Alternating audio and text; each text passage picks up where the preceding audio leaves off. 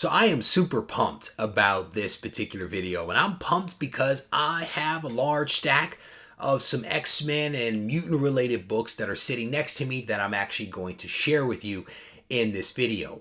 And I am excited about this because this was like an accidental find. You know, I was in the storage facility earlier today and I found a bin that was labeled New Mutants. And I've seen this bin for the last, 2 months in the storage facility, and I assumed that it was New Mutants and hadn't really paid too much attention to it. But today, something told me to open it up, and I opened it up. I looked inside, and to my surprise, there were actually some lower number X-Men books in there. And what's really cool is that as I'm going through this collection, I'm finding more and more X-Men books, which is prompting me to actually work on a run of X-Men. And this is one of the things that I've been a little gun shy of, to be honest with you. Ever since I completed the full run of Amazing Spider-Man, I haven't really wanted to do another run, especially a large run. But this is kind of sort of like an accidental thing that I am sort of enjoying. So in this video, I'm actually going to show you guys these books. And immediately after I finish doing this video, I'm actually going to go into the other room and start to integrate these books into my run that I'm putting together. So if you are watching this video and you haven't yet subscribed to the channel, I want to officially invite you to hit that subscription button so that you can stay abreast of all the content that I release here from the channel. If you have already subscribed or are about to, and you enjoy this content, I want to encourage you to hit the thumbs up button and leave a comment behind so we can mix it up in the comment section. Now, with that said, let's get to the video. Reggie here, your friendly neighborhood bodybuilder and comic book collector, and I want to welcome you to another one of my videos. As you heard in that intro, I have a stack of books that are sitting off to my side that I want to show you guys. And there's some cool stuff in here. And the very first 2 books that I'm going to show you, I am super pumped about, and I am pumped because I have been hunting for these books for months. Hunting for months for these books. And they're nothing like crazy. It's just, they're just books that I've wanted. And I finally found them today. I found them in 2 separate boxes. And I am excited about it. And when you guys see them, you're going to be like, why are you so excited about that? I will tell you in just a second. This first book is ROM issue number 31. And again, you might be thinking, why is Reggie excited about ROM? I am excited about it because this is actually the second appearance of Rogue. That's right. The second appearance of Rogue didn't necessarily happen in an X-Men book. It actually happened in ROM 31. This is very similar to like the Spider-Man black suit in that the character or whatever appears basically simultaneously in 2 different books because those books are released in the same month. ROM 31 is one of those, and here's the other. Uncanny X-Men number 158. Got that right? Yeah, 158. This is also the second appearance of Rogue. These 2 books are essentially tied for that honor. And both of these books are really, really cool. Again, I have been hunting for these for some time. I found several bins with ROM in it, and every time it basically skipped right over 31 or stopped right before 31 or began right after 31. Finally, I have it. And neither one of these books is perfect. This one actually has, it looks like an ink stain from when it was being printed. It's not a fingerprint, but it's definitely an ink transfer that I guess happened during the printing process. But nevertheless, and this one has a little bit of crud on the back. Nevertheless, I have both of these books and I am pleased about it.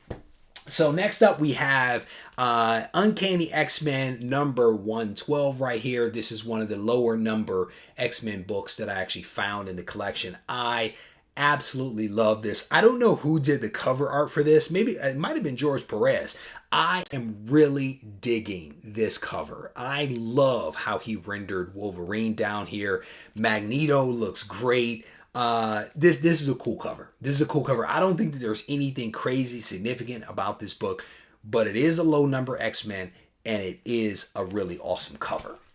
Next up, we have Uncanny X-Men number 113. Some Phoenix and some Banshee action going on. This is a cool cover. Again, I don't know if there's anything really significant about this book. Doesn't matter. These are all, for the most part, books that I was missing from the run, so I am just thrilled to have them.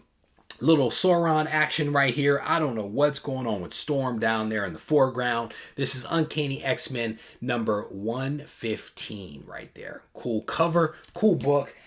These next two are awesome. These are my second copy of these books. I actually purchased from a guy at Starbucks like 2 years ago, 9.6s of these two books, CBCS 9.6s.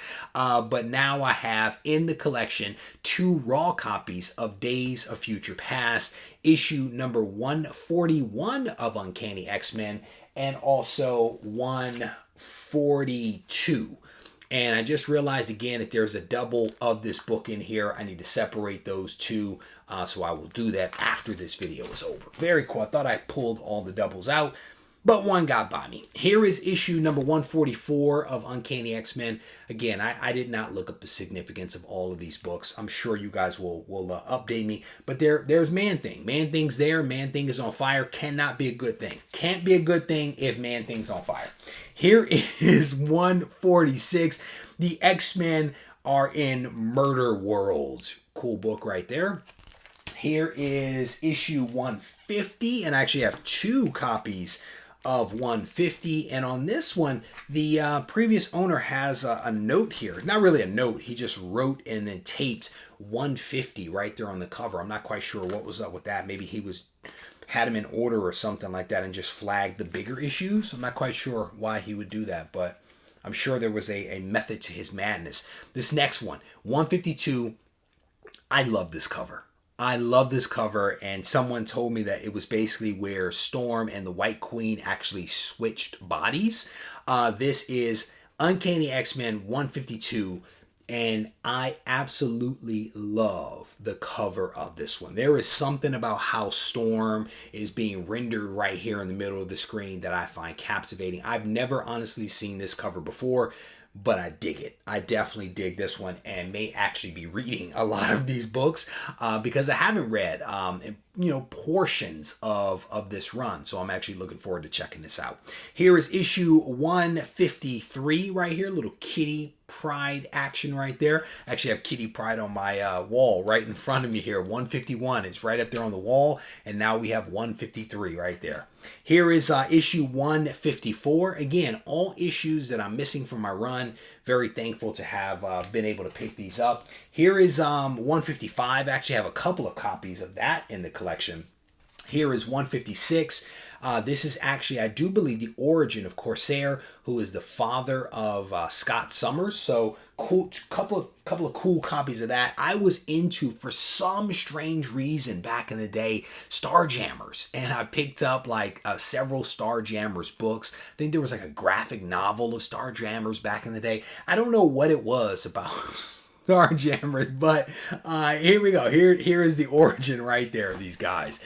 Here is Uncanny X-Men 160, and I believe that this is the first appearance of Illyana Rasputin, Colossus's sister. I do believe that this is that first appearance right here.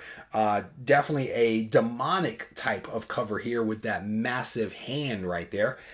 Here is issue 166. Cannot remember the significance of this one, to be honest, if there is anything, but I actually have 2 really nice copies of that book. And then here is 2 copies of issue number 171. For some strange reason, I have lots of copies of this book. I think that there's certain books that find their way to you over and over and over again for no good reason. But this is one that for some reason I have multiple copies in the collection already, and now have a couple more right there. So a few more books here, and we will keep this thing moving forward. I found 3 copies of this so far in the collection. This is New Mutants Annual issue number 2, and this is actually the first appearance of Psylocke in the U.S. And this is a really nice copy. This one maybe going off to CGC. I have another copy that is also pretty nice. I may send these in together and get these books graded because they're pretty clean. Here is a special edition X-Men issue number 1.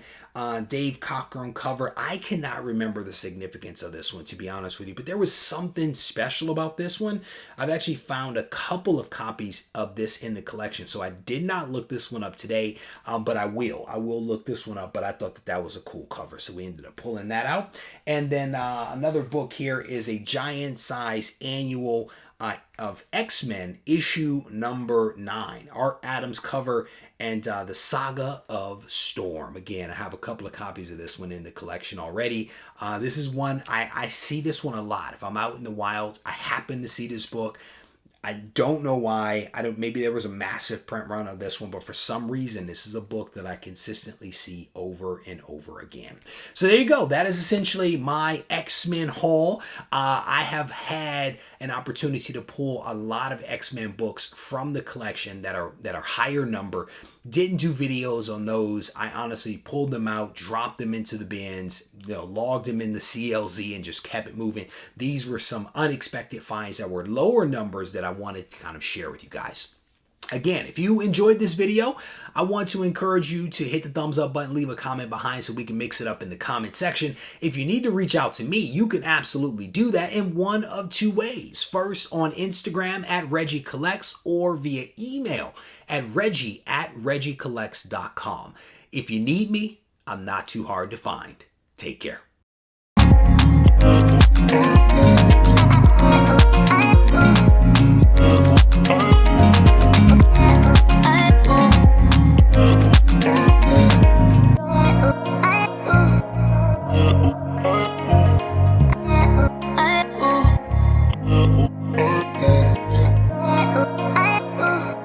Ooh.